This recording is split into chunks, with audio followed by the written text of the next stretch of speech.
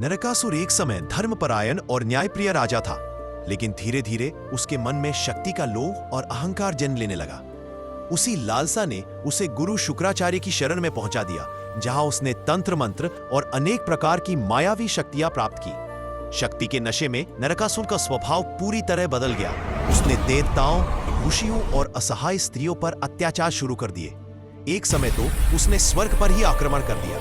इंद्र को पराजित करके वह देवी अदिति के दिव्य कुंडल तक छीन लाया। इतना ही नहीं, उसने 16,000 राजकुमारियों का अपहरण कर उन्हें अपने विशाल प्रासाद में बंद कर रखा।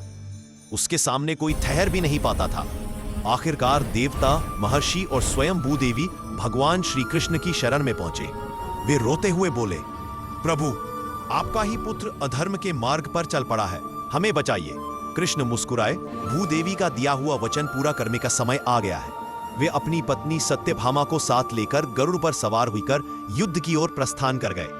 इधर नरकासुर ने अपने चारों ओर मायावी पर्वत, दहकती बिजली की दीवारें और कृष्ण ने सुदर्शन चक्र और शारन धनुष से असुरों का संहार शुरू किया।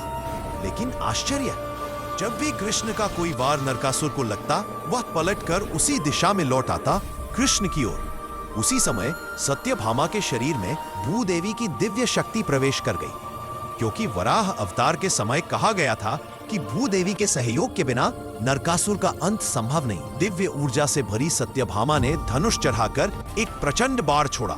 वह बाण सीधे जाकर नरकासुर के हृदय में धंस गया। भूमि पर गिरते गिरते नरकासुर ने अपनी अंतिम सांस में कहा, प्रभु, मुझे क्षमा करें, मैं मार्ग से भटक गया था। कहते हैं उसके बाद संसार में फिर से शांति और धर्म की स्थापना हुई।